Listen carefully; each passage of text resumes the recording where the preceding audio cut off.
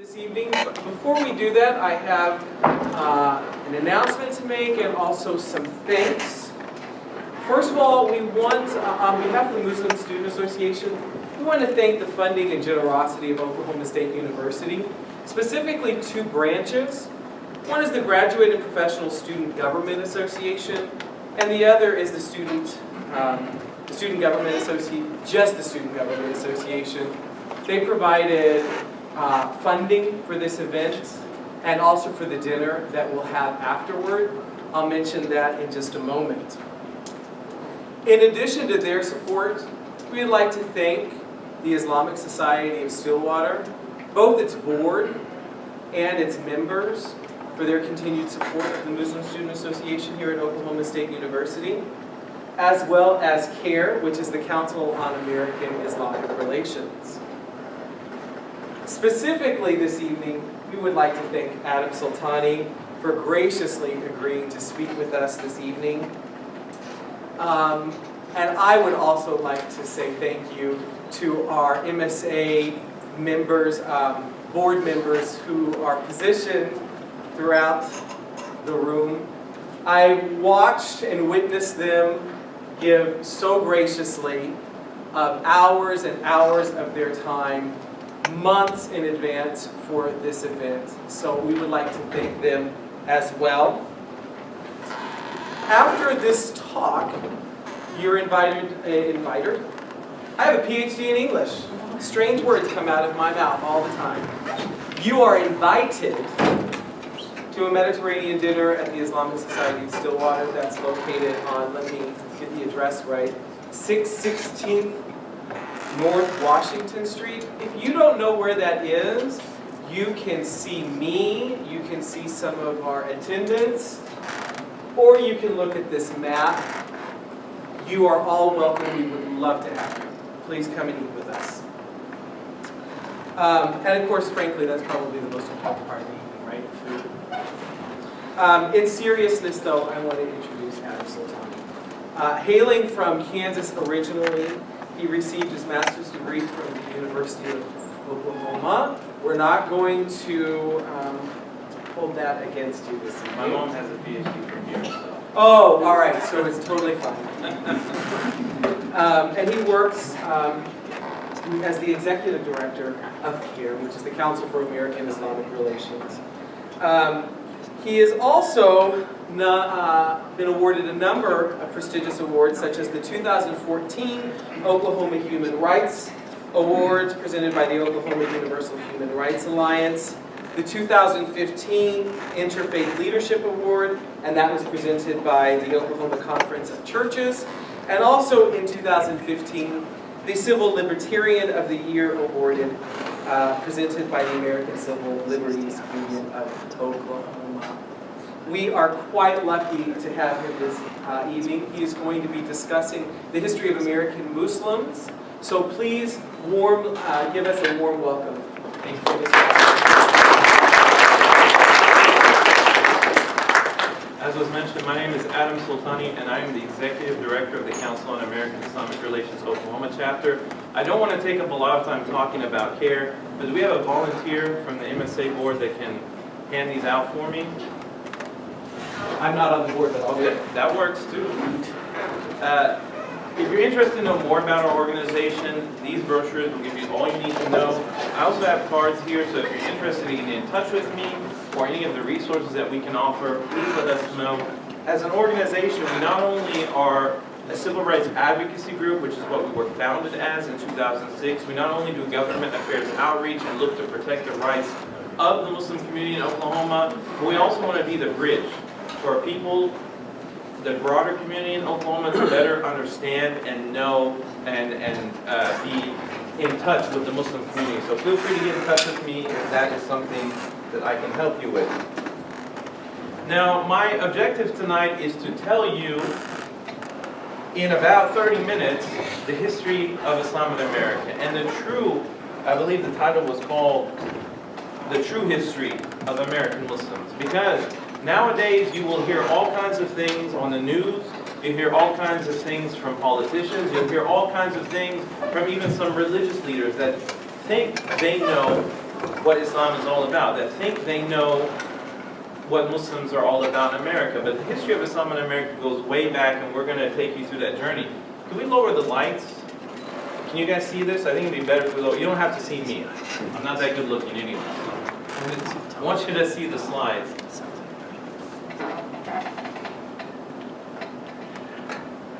There we go. That's perfect. You can leave the middle lights on. Okay.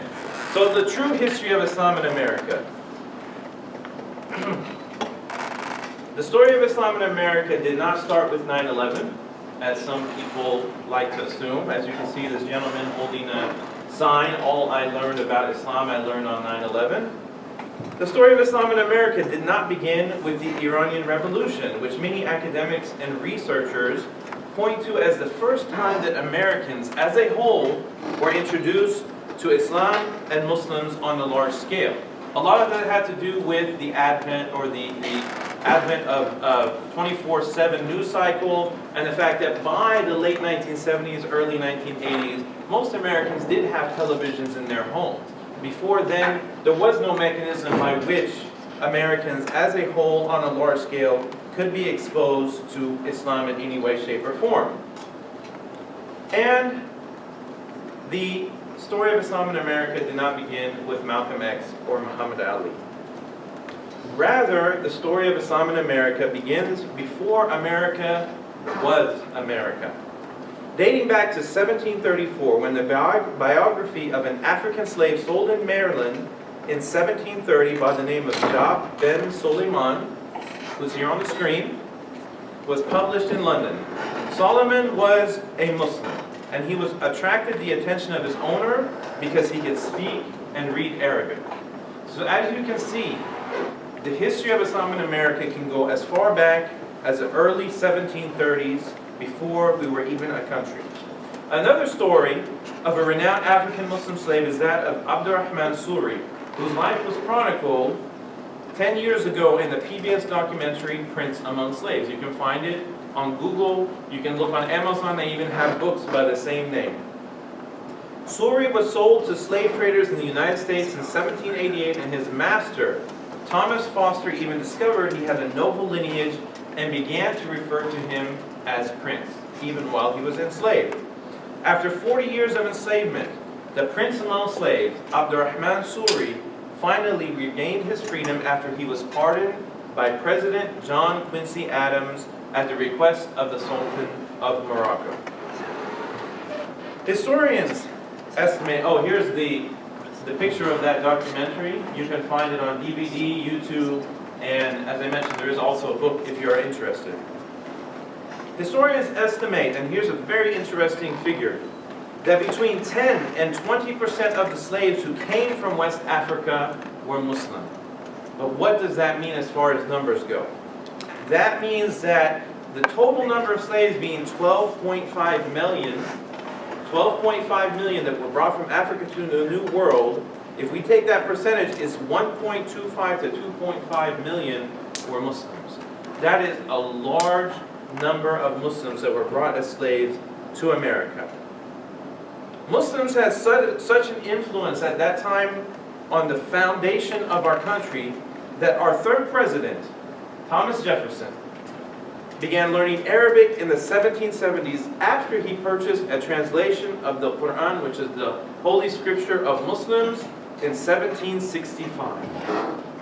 It was this Quran that became the subject of the book Thomas Jefferson's Quran by the University of Texas professor Denise Spellberg. And you can find this book on Amazon, and you can find many articles if you search Thomas Jefferson's Quran on Google. It was this same Quran, in fact, that Congressman Keith Ellison, the first Muslim to ever be elected to United States Congress, took the oath of office upon becoming a member in 2007. And as you can see, he's got two books. Those are volume 1 and 2 of the Holy Quran, meaning it was split into two. There's actually only one Quran. But when it was published, it was split into two, and he's taking his oath of office on that as opposed to what most people use, the Holy Bible. The first documented Muslim immigrants to North America, other than slaves, were from the Ottoman Empire in the late 19th century and early 20th century. And here you can see a picture of some of those immigrants. Many came as temporary workers to earn money and return to their countries of origin. However, some settled permanently as farmers and merchants. In a very surprising thing that I found is that many of them settled in places like Iowa and North Dakota, places where you don't find large concentrations of Muslims today.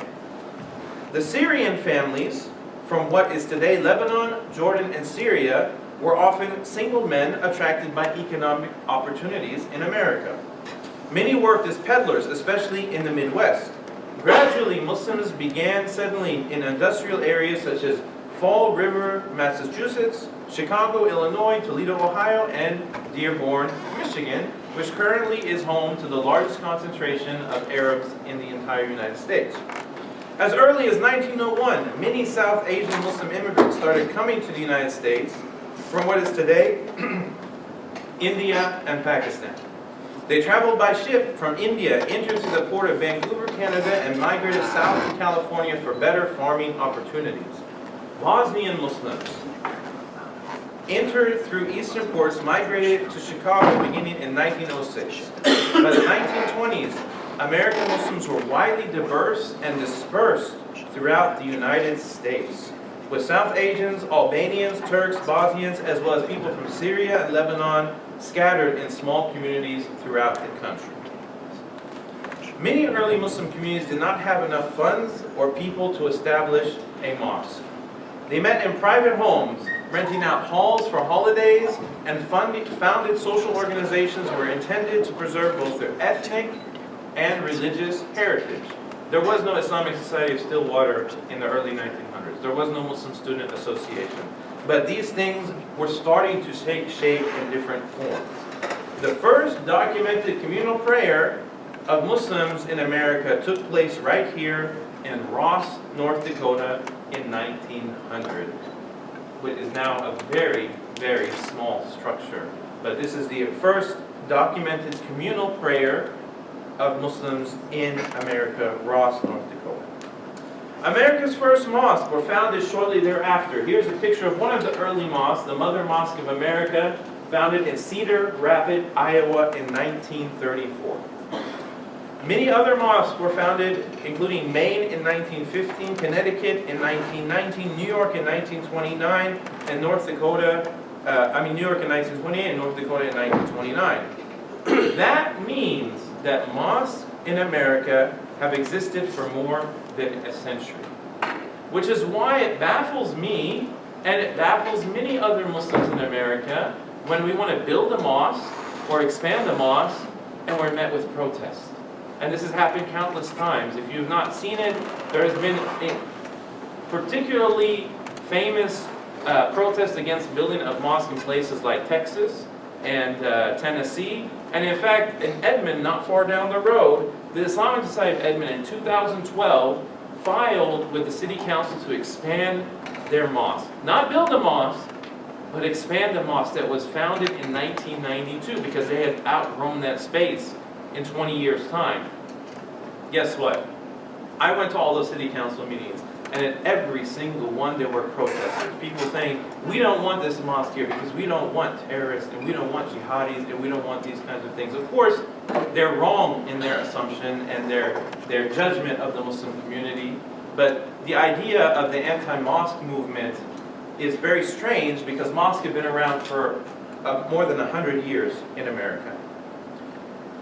It should also be noted that the first documented converts of Islam date back to the late 19th century, with the most famous being this man, Muhammad Alexander Russell Webb.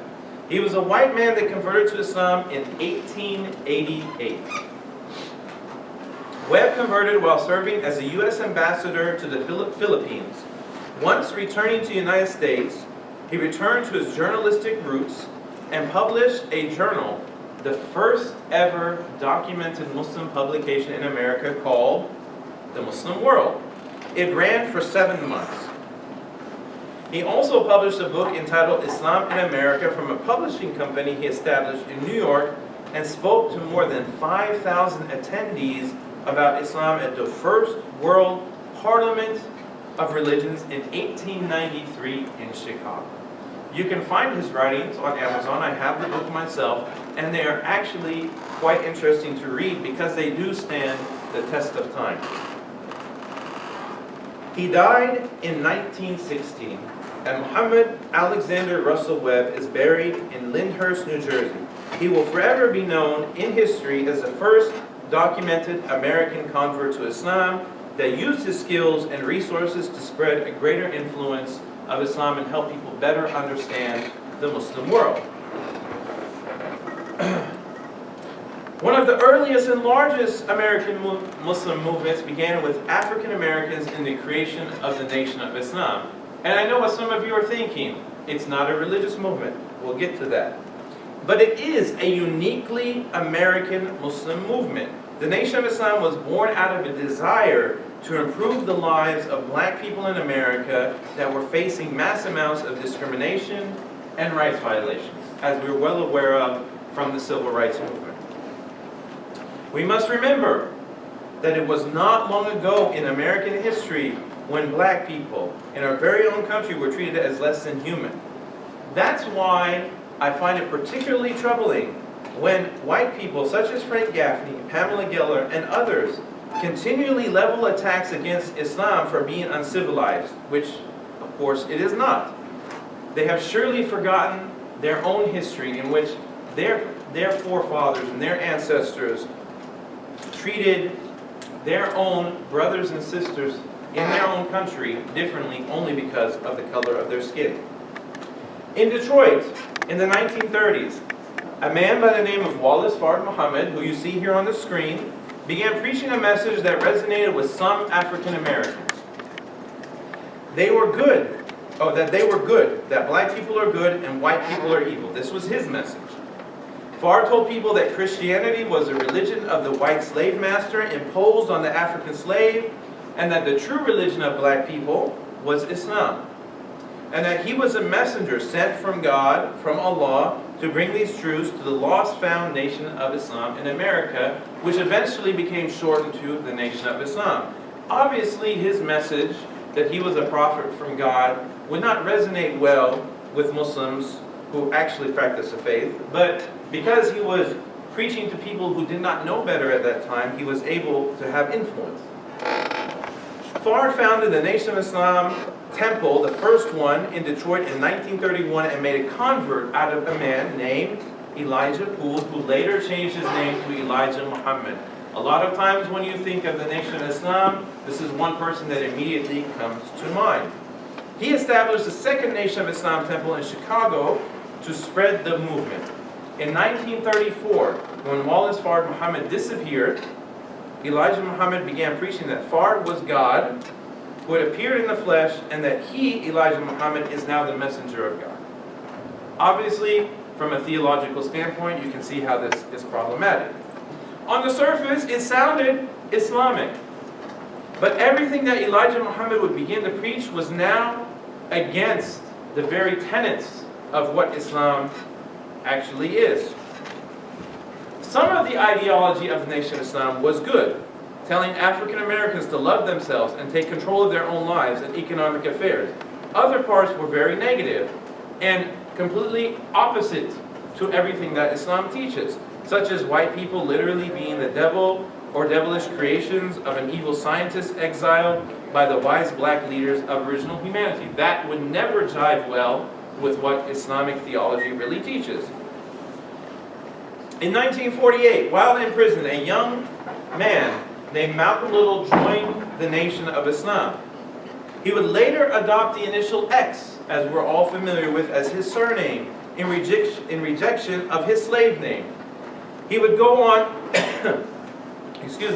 he would go on not only to become the most important figure in American Islamic history, but also one of the most important figures of 20th century America. Malcolm quickly rose to prominence in the Nation of Islam for his eloquent and captivating speeches and his charismatic leadership. He established Nation of Islam temples, which is very significant, and you'll understand why in a minute. Nation of Islam temples across the United States and met with world leaders at United Nations General Assembly meetings. Malcolm, however, how many of you have read the biography of Malcolm X? Okay, we have about 5 or 6, that's good. If you haven't, this is a must-read whether you're Muslim or not, because this is an important part of our history that you don't get taught in school. And you can't learn from watching the movie. Read the autobiography of Malcolm X by Alex Haley, and you will not regret it, because it's very eye-opening. Malcolm, however, and that's one thing that I learned from reading that autobiography, is that he was a seeker of truth. He was always looking for what was the truth and what should be followed that would make him a better person. Because of that, he challenged some of the Nation of Islam teachings in search of the truth. He was exiled from the group, and that led him to make the Hajj pilgrimage and convert to Sunni or Orthodox Islam. It was during his pilgrimage to Hajj that Malcolm denounced the teachings of the Nation of Islam and called for Americans to understand the true teachings of Islam in what he called the solution to the problem of racism. He was assassinated a year later by members of the Nation of Islam and will forever be known by Muslims in America as Al-Hajj Malik al-Shabazz, and his adopted Muslim name. The Nation of Islam may have scared people, white people in particular, with its racial teachings, but it also taught young black men to love themselves, to stop eating unhealthy food, stop drinking alcohol, stop doing drugs, and stop being sexually promiscuous. The example of Malcolm X on young black men was extraordinary, and one that has stood the test of time on how someone can turn their life around even when all the odds are stacked against them.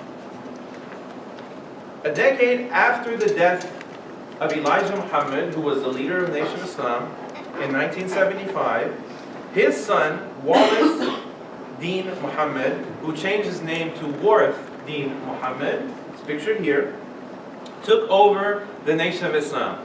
But Wallace knew that the message his father preached was not the right message. And he began practicing secretly Sunni or Orthodox Islam.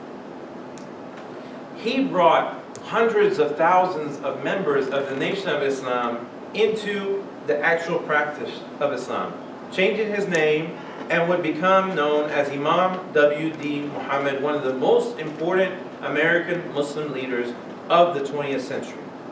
Under the leadership of Imam W.D. Muhammad, ministers, or Nation of Islam ministers, became imams. Temples became mosques. As I told you, that would be important. All the temples established by Malcolm X during the 50s and 60s, most of them became mosques or Islamic centers. In fact, the oldest mosque in Oklahoma was established in 1964 under the leadership of the Nation of Islam. In the 1970s, that temple would be renamed Masjid Mu'min, and it still exists on 23rd Street east of our state capital in Oklahoma City. Followers of the Nation of Islam that were brought into Orthodox Islam were taught to pray, to study the Quran, to follow the 5 pillars of Islam. Warith Dean Muhammad also taught that not a prophet and that whites were human beings and not blue-eyed devils.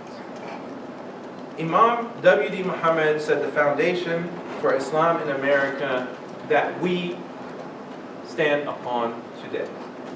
And that, in brief, is the history of Islam in America. And I stop there because I really want to allow time for dialogue and discussion as far as history goes. Because everything that we've experienced since this time is the growth of the Muslim community due to immigrants, people who have come here for education, people who have come here for a better life, or people who have born and raised here like myself. And now, in America, in Oklahoma in fact, Islam is one of the most diverse and culturally rich religions that exist. You have people like my friend Saad Muhammad, who's African American, and he delivers milk. You have people like my friend Kamran and Salma, who are originally from Pakistan and have born and raised their children here, and he works as an oil and gas consultant. You've got people like Taiba, Aisha, and Nurjihan, who are physicians and medical doctors. You have people like Huthaina Jawaid, who is the principal of a school. You've got people like Fizza, who play tennis. And you have people like Bayan, they're obsessed with Oklahoma City Thunder. But this, what you see in front of you, including those OSU fans in the corner, this is truly what has become of the foundation that was built in this country by Muslims who were originally brought here as slaves. And now we exist as one of the most culturally rich and diverse communities in the United States. And I want to stop there because I could talk and talk and talk, but I think we could gain a lot more from questions and from dialogue. So I can answer questions about what I've talked about. I can answer questions about anything. If you have just a question about Islam in general or something you'd like clarified or cleared up, please feel free to ask me. Now is the time.